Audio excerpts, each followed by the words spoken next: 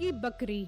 एक वक्त की बात है, एक गांव में दो बूढ़े मियां बीवी रहते थे। उनके पास एक बकरी थी जिसे वो अपनी रोजी रोटी के लिए इस्तेमाल करते थे। वो गांव में बकरी का करतब दिखाता और लोगों से पैसे लेता था। चल मेरी बकरी लोगों को खुश करके दिखा, अपनी नाजुक और हिरनी जैसी चाल से लोगों के दिल लुभा। फिर वो बकरी थोड़ा बहुत करतब करती और लोग उसको थोड़े बहुत पैसे दे देते थे, जिससे उसके घर का दाना पानी चलता था। वो आदमी उस बकरी को पीले रंग का चारा खिलाता था क्योंकि वो सस्ता होता था। बकरी चारा खाने के बाद पीले रंग की मेंगनियां दिया करती थी। ये चीज उसके लिए आम सी बात थी। उसी गांव में मीठे नाम का एक लड़का रहता था जो कोई काम नहीं करता था और इसी वजह से उसके घर वाले भी उससे बहुत तंग थे। और बेटे बगैरत के बच्चे बात सुन। ओ अब्बा, कहने से पहले सोच लिया कर कि तू क्या कह रहा है। तू बगैरत का बच्चा कह रहा है और मैं तेरा बच्चा हूँ। इस हिसाब किताब से तू बगैरत हुआ, मैं नहीं। जबान चलाता है, बाप के सामने जबान चलाता है। जबान काट कर तेरे मुंह में डाल दूंगा। जबान पहले ही मुंह में है, तू वापस काट कर अगर उसी जगह पे डाल देगा तो काटने की जहमत क्यों कर रहा है। सुन ले बेगम कैसे मुंह फाड़ के जवाब देता है। ये सब तेरी तरबियत का नतीजा है जो मुझ जैसे शरीफ इंसान के घर में ये नालायक औलाद पैदा हुई है। अब्बा रहने दे, क्यों अपने आप को शरीफ कहकर शरीफ लोगों का सर शर्म से झुका रहा है। अब मेरी जबान न खुलवा। नहीं, तुम सारा इल्जाम मेरे ऊपर क्यों डाल देते हो।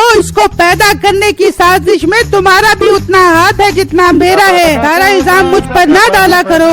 अब अगर ये नालायक गलती से पैदा हो ही गया है तो उसको काम पर लगाओ। कल शकूर की मिठाई की दुकान पर खड़ा करके आया था। मजाल है जो एक मिनट भी खड़ा हो। सारा दिन बैठा उसकी दुकान पर मिठाइयाँ खाता रहा। तो भूख लग रही होगी, मेरे बेटे से खाली पेट खड़ा नहीं होया जाता। तो मिठाइयाँ खाने के बाद तो पेट भर गया था ना इसका, फिर तो खड़ा हो जाता। लेकिन नहीं, तेरी तो बेटा मैंने शादी नहीं कर रही जब तक तू कमाता रही है। अब्बा मेरी शादी के मामले में मुझे ब्लैकमेल न किया कर। अब तो देख मैं कमाता कैसे हूँ। हाँ हाँ, कुछ कमा कर आई, कोई चाँद न चढ़ा कर आ जाए। फिर मीठा घर से निकलता है और एक परचून की दुकान पर आता है। जी भाई, क्या चाहिए आपको। मेरे प्यारे भाई साहब, एक अदद नौकरी चाहिए मुझे। भाई मेरे पास आटा भी है, चीनी भी है, दाल चना, साबुन, सर्फ, लहसुन, मसन सब कुछ है, पर तेरे लिए नौकरी नहीं है। अब एक अदद नौकरी वाला मुंह लेके यहाँ से दफा हो जा। ठीक है, इतना भाव क्यों खा रहा है, जाता हूँ। फिर मीठा वहाँ से चला जाता है और एक मोबाइल वाले की दुकान पर आता है और उसे नौकरी का कहता है।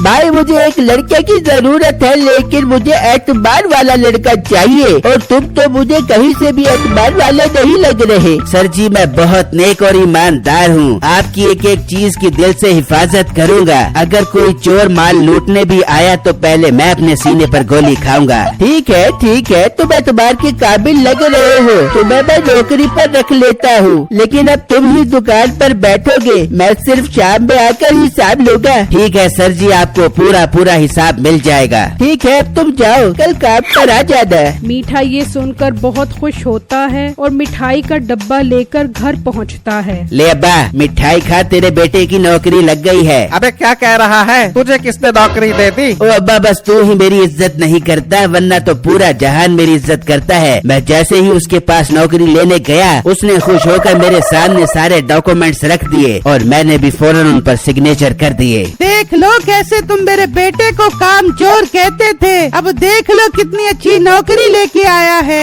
हाँ, भाग्यवान मानना पड़ेगा तेरे बेटे को। अब तो घर में भी पैसे आना शुरू हो जाएंगे। फिर मीठा अगले दिन से उसकी दुकान पर जाकर बैठ जाता है, लेकिन कोई भी ग्राहक नहीं आता और मीठा काफी बोर हो जाता है। अबे यार, यहाँ तो अभी तक कोई भी नहीं आया। मैंने तो ये समझकर नौकरी ली थी कि यहाँ पर कस्टमर की लाइन लगी होगी और मैं सारा दिन बिजी रहूँगा। अब तो लगता है बैठे बैठे मक्खियाँ मारनी पड़ेगी। मीठा सोच ही रहा होता है कि उसे ख्याल आता है, आ गया, अब टाइम आ गया उस परचून वाले से बदला लेने का। मैं अभी उसके पास जाता हूँ और उससे अपना हिसाब पूरा करके आता हूँ। फिर मीठा दराज खोलता है तो उसमें पैसे पड़े होते हैं। वो वहाँ से 1000 रुपए निकालता है और उस परचून वाले के पास जाता है। हाँ तो फिर आ गया, कहा नहीं था नौकरी नहीं है। भाई जान, मैं नौकरी लेने नहीं आया, वो तो मेरी मल्टीनेशनल कंपनी में लग गई है। मैं तो आपके पास सामान लेने आया हूँ। 10 किलो चीनी दे दो। 10 किलो चीनी? पहले पैसे दिखा। ओ भाई ये देखो 1000 रुपए, अब जल्दी से चीनी दे दो। फिर दुकानदार उसको 10 किलो चीनी देता है। ला पैसे दे। कौन से पैसे? उस दिन जब मैं तेरे पास आया था तो तूने मेरी कितनी बेइज्जती की थी, मैं उसका बदला लेने आया हूँ। कोई पैसे नहीं है, चल अपना काम कर। ये कहकर मीठा वहाँ से भागता है तो दुकानदार भी उसके पीछे भागता है। तो मीठा भागते भागते उस बूढ़े आदमी के घर के पास छुप जाता है और दुकानदार आगे निकल जाता है। तो अचानक मीठे की नजर उस बकरी पर पड़ती है। वो पीले रंग की मेंगड़ियाँ कर रही होती है। अबे भाई ये तो सोने की मेंगड़ियाँ दे रही है, मेरी तो निकल पड़ी। मैं पूरे जहान में खज्जल ख्वार होता फिर रहा हूँ और यहाँ सोने की मेंगड़ियाँ मेरा इंतजार कर रही हैं। अब मुझे किसी भी तरह ये बकरी हासिल करनी है। मैं रात को आता हूँ। फिर मीठा दुकान पर जाकर बैठ जाता है और इतनी देर में दुकान मालिक भी आ जाता है। तो मीठा उसको बकरी के बारे में बताता है। क्या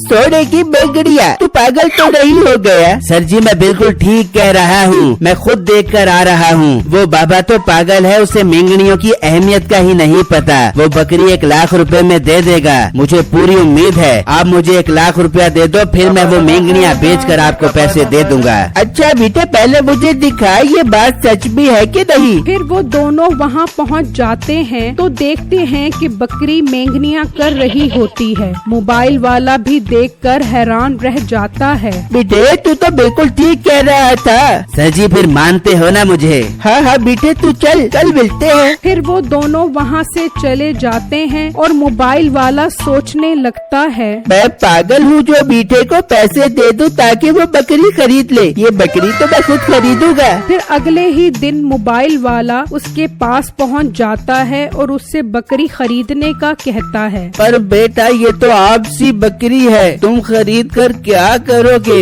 इससे तो मेरी रोजी रोटी चलती है। अंकल मैं आपको इसकी बहुत अच्छी कीमत दे दूंगा, बस आप हाँ भर लो। कितने पैसे दे दोगे आप मुझे? मैं आपको इसके 1 लाख रुपए दे दूंगा। 1 लाख? ठीक है बेटा मुझे सौदा मंजूर है। फिर वो उसे 1 लाख रुपए देकर उससे बकरी खरीद कर ले जाता है और अपने घर में लाकर बांध देता है। तो इतनी ही देर में वो मेंगनियाँ कर देती है। वाह वाह वाह वाह, अब तो मैं बहुत अमीर हो जाऊंगा। मैं जाकर इसे सुनार को बेच देता हूँ। फिर वो मेंगनियाँ उठाकर सुनारे के पास जाता है तो सुनारा देखकर बहुत हंसता है। भाई तू पागल तो नहीं हो गया? ये सोने की मेंगनियाँ नहीं है बल्कि बकरी ने पीले रंग का चारा खाया होगा, इस वजह से इसका रंग पीला है। क्या सोनारे साहब आप सच कह रहे हो? हाँ मैं सच कह रहा हूँ, मुझे तो लगता है तुझे किसी ने लूट लिया है।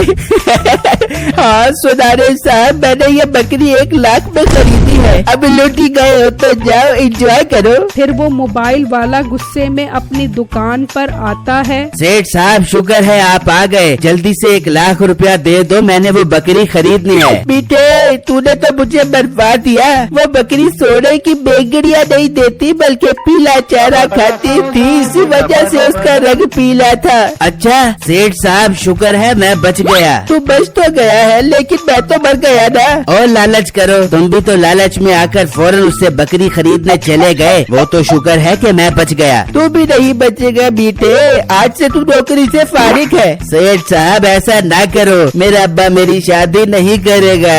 बहुत अच्छी बात है, तेरी शादी नहीं होगी तो मैं तुझे रंडवा भरते देखूंगा। चल शाबाश निकल जा यहाँ से। फिर वो मीठे को नौकरी से फारिग कर देता है और मीठा फिर से अपने घर वालों के ताने सुनने लग जाता है।